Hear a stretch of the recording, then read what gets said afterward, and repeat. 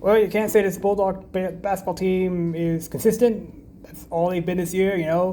Once again, this past weekend they went 1-1, beating a team they should beat, losing a team they should lose to. Simple as that. That's what they've done all year long. They were 21-point dogs against Utah State Aggies. Lost by 71-78.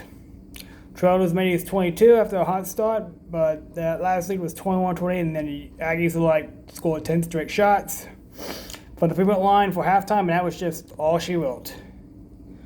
The biggest fade out of that game is what happened to David Douglas. I'm pretty sure he's out for the year. Don't know yet, but I'm pretty sure he is.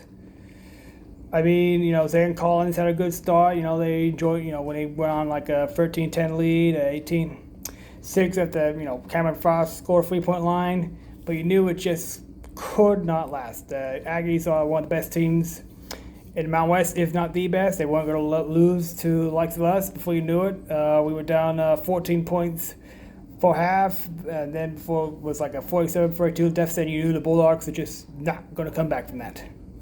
I think the closest they got back after that was in the second half was 55-56.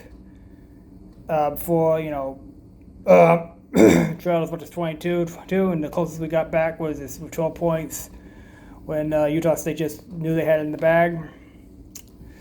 And again, I've said this numerous times. This Bulldog team is not going to beat the likes of Utah State, San Diego State, I would argue even Grand Canyon. They're just not going to compete with the best teams in the Mountain West this year. In Vegas, the ceiling is a victory in the day one, maybe in the quarter round against, Colorado State or Wyoming, whoever they might face again. But that's the ceiling. And this loss against the Aggies, so we just go run down who quick. Gorey led on 21 points, 8 of 16 shots, 8 rebounds, 5 assists. Highbreeder, 19 points.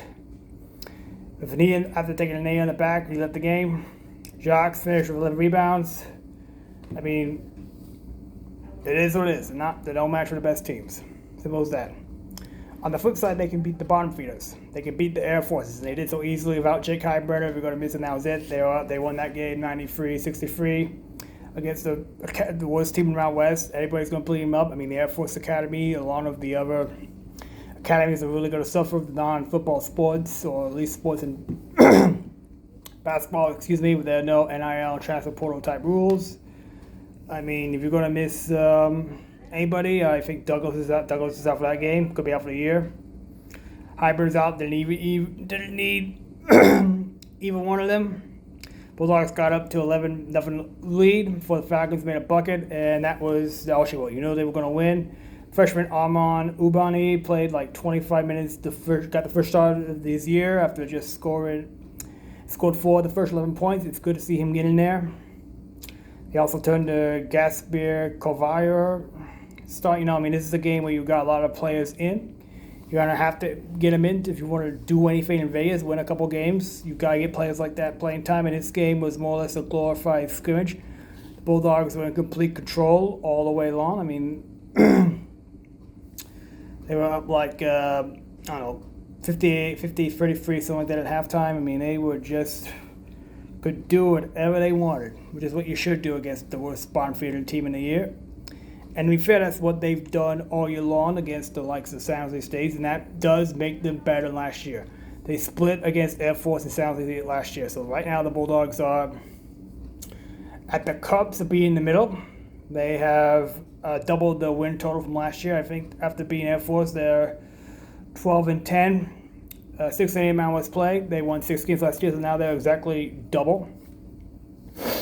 Now we got to see what they're going to do this upcoming week against let me look over I'm sure you want to hear some final numbers.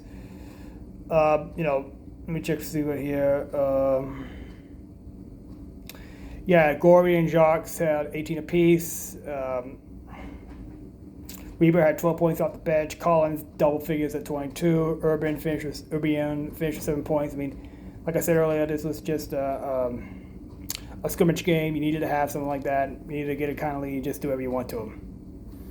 So what are they going to do now? Well, they got to go to Wyoming, and they're probably going to be without Douglas and Highbreeder. You beat it Wyoming at home in Fresno. Wyoming is a team that you have to beat. You're not going to beat New Mexico. You need to come out this upcoming week 500. You're not going to face the Lobos at home. Not happening. I don't care if Highbreeder and Douglas are healthy. They're a team that's actually playing for something, an at-large bid. Might not get the regular season title, but if they lose the Fresno State, that's gone. So the Lobos are to come in paying attention. It would take a massive screw up by them to lose that game against us. So you have to beat Wyoming. And if you are a team that's truly taking a step from last year, you beat them. Don't care about attitude problems. Don't care about this and that. Don't care they don't have Highbreeder and Douglas. You have to beat the Wyoming Cowboys. You have to beat the teams that are not going to do anything in Vegas, all right? Air Force isn't going to. San Jose's not going to. Those are one-outs. Wyoming's probably one out if they certainly will not beat the Utah State, San Diego State, GCUs, etc. So that's where you have to be. You have to establish yourself as more than a bottom feeder by the time you get to the pack next year. That's what this year is about. And a big factor in that is beating teams that would be bottom feeders in the pack on the road. I don't care what their record is at home. I don't care if Jerry Tarkadian never won a game there. I don't care about their record, all right? This is as close to a breakthrough win on the road that you're going to get on the year, if that's what it comes down to. I don't know if they'll beat Colorado State on the road. Not going to beat Grand Canyon in Arizona. So even if you don't come out this week 1-1, okay, there might be some problems. Because who do you beat that's left on the schedule? I mean, you've got a wounded Boise team at home, okay, but you've not beaten them yet under Wahlberg. You should sweep San Jose State San Jose State when they come in. But again, that's the team you should beat. I mean, that's, again, only one guaranteed win left after the Wyoming game. You're not beating New Mexico.